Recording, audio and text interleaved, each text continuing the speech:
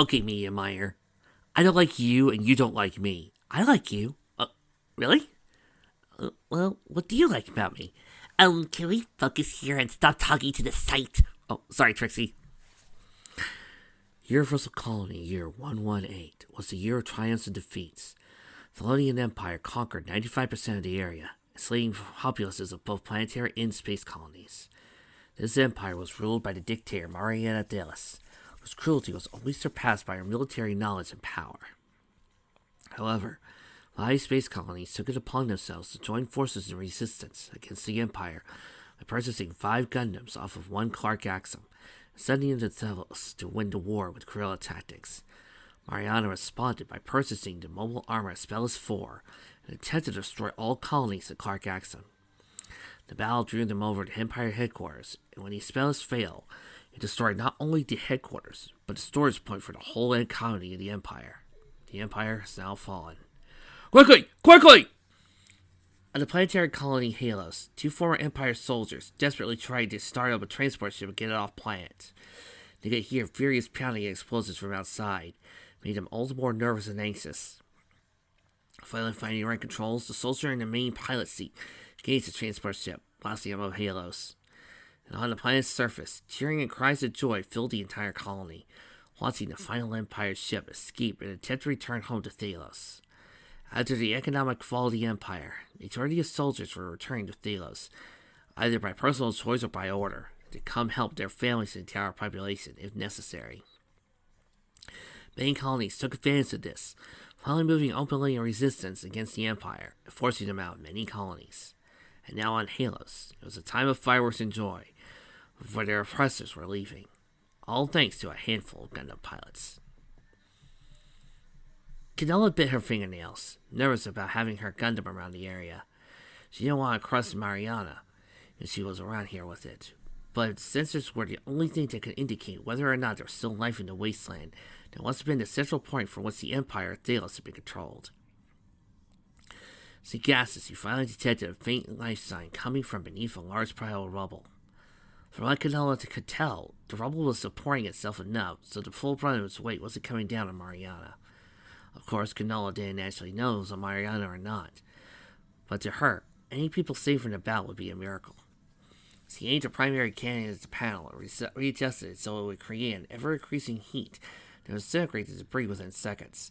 The ragged and twisted metal began to evaporate and disappear. Canola could make out the small, feminine features of one Mariana Delos. Canola winced as he shut out the primary cannon. Gundam Warpath knelt down and slowly picked up the fragile body into his hands.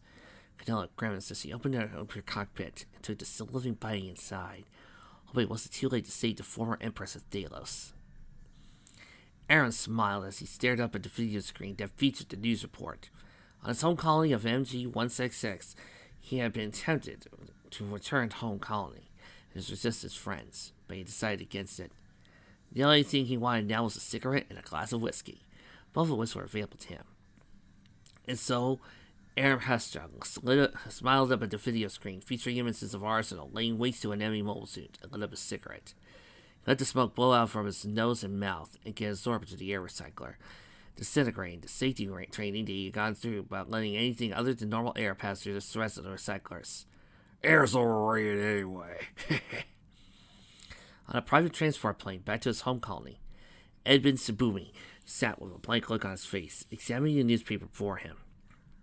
Despite the destruction of the Empire's government, news services remained open, appealing to some instinct inside of them to actually report on the facts and attempt to help the citizens within the Empire who had been conquered before then.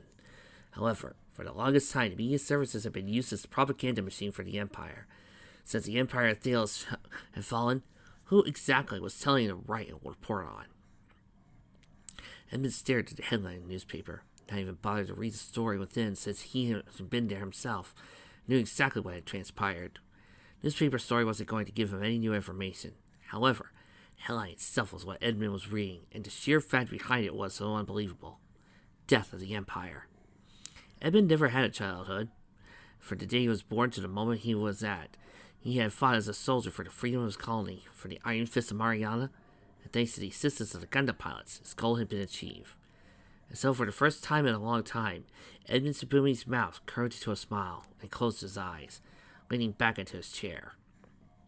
He giggled slightly for a moment before letting out a bellowing laugh that demonstrated sheer ecstasy, happiness that his task was complete. His goal achieved. Mission accomplished. I think you like my colony, Melanie. It's not a paradise, but it's just as beautiful as any Thelos' moons. Denryu spoke. After Melanie had forced the Asphalis 4 down, she was left in a near state of shock from her experience on board the Jubilee's hero. She landed her Gundam safely enough, but then never moved from the spot she had been in the cockpit. She left it then to defend her motionless Gundam, while the remnants of the Empire's forces attempted to get revenge for their fallen headquarters. When the remaining forces were destroyed or dispersed on their own, they went out to find out what was the matter with her.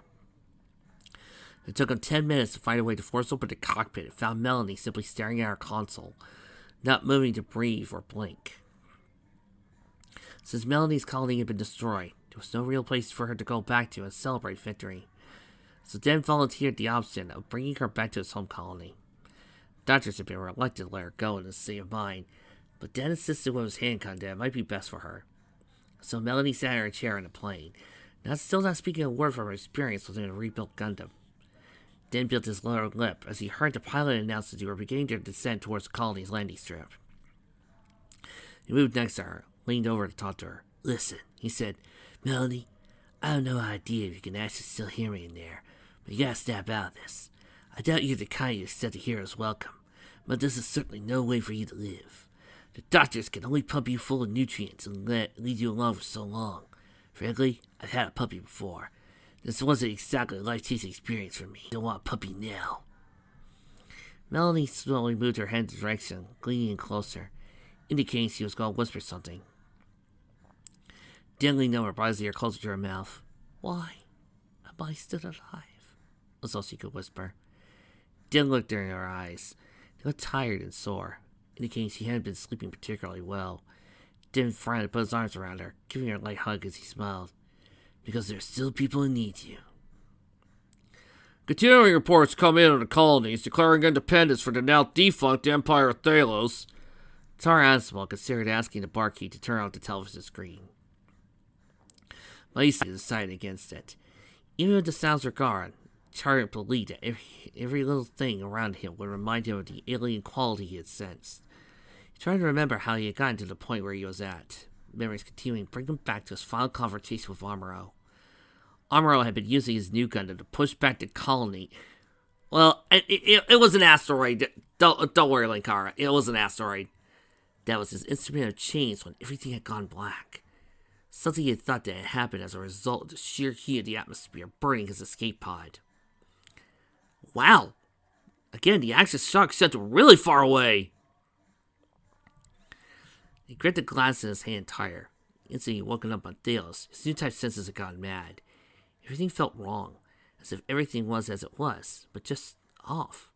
Everyone considered computer databanks that told him the history of the colonies and the Empire, but still gave him little to work with.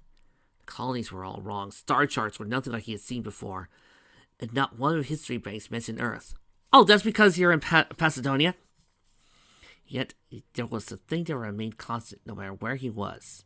Mobile suits. Sure, there were many suits that were familiar but quite different, but there were more than enough of the familiar ones that felt almost at home in this environment. Almost. Penny for your thoughts. Char turned around on his bar stool. Standing behind him was a tall man in a trench coat, dressed appropriately for the cold weather of the small town that Char stepped in. The man wasn't smiling. It had long blonde hair flowed down to his shoulders. Char thought that the individual almost looked like a distinct relative of his.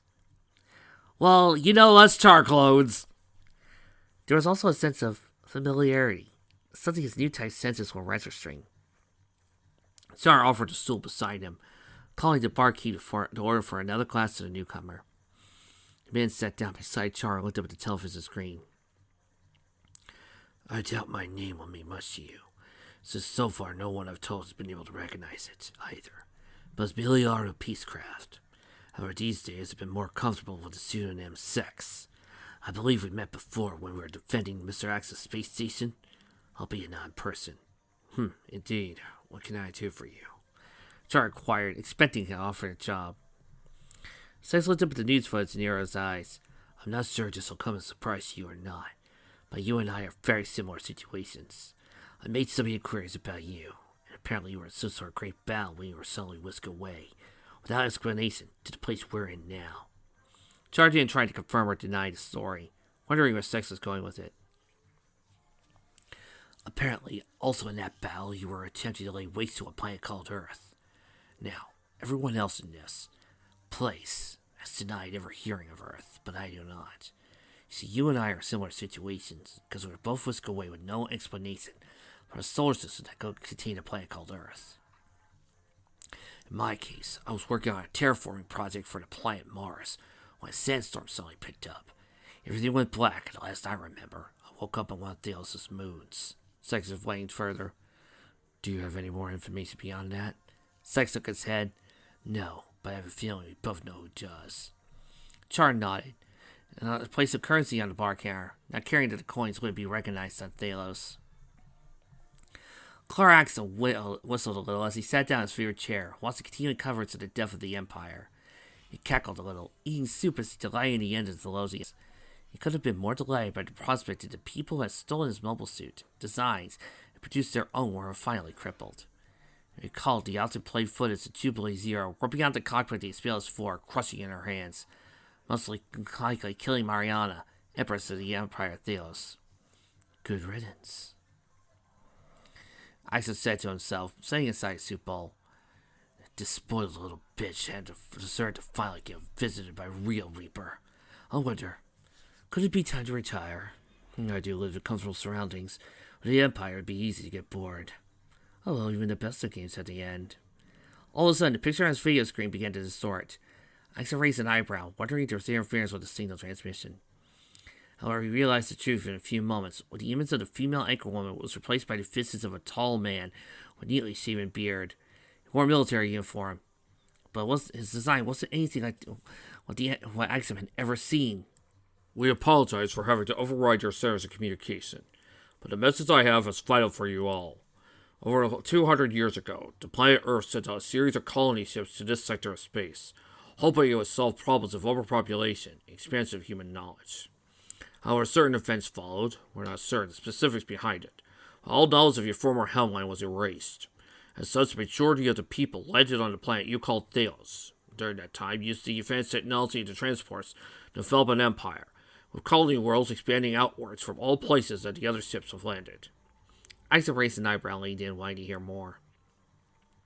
However, things have changed on Earth. Many of the problems that plagued our society are no more. We wanted to find out what happened to our wayward colonists. And so, many exploration vessels came and monitored the situation here for the past 6 years, gathering information and sending it back to Earth for study. We finally made a decision about the current developments, now that the Empire of Theos has fallen. We will welcome our wayward colonials back to their homeland. However, this issue has become something of high importance to the citizens of Earthsphere. We believe everything here is rightfully theirs and yours to share. As such, we will welcome friendly colonies with open arms, but those who resist our edicts will not be met with gratitude. Earth has spoken. And as the video screen returned back to a stunned newscaster, Clark Aston picked up his soup again and grinned from ear to ear. Suddenly, the game began again.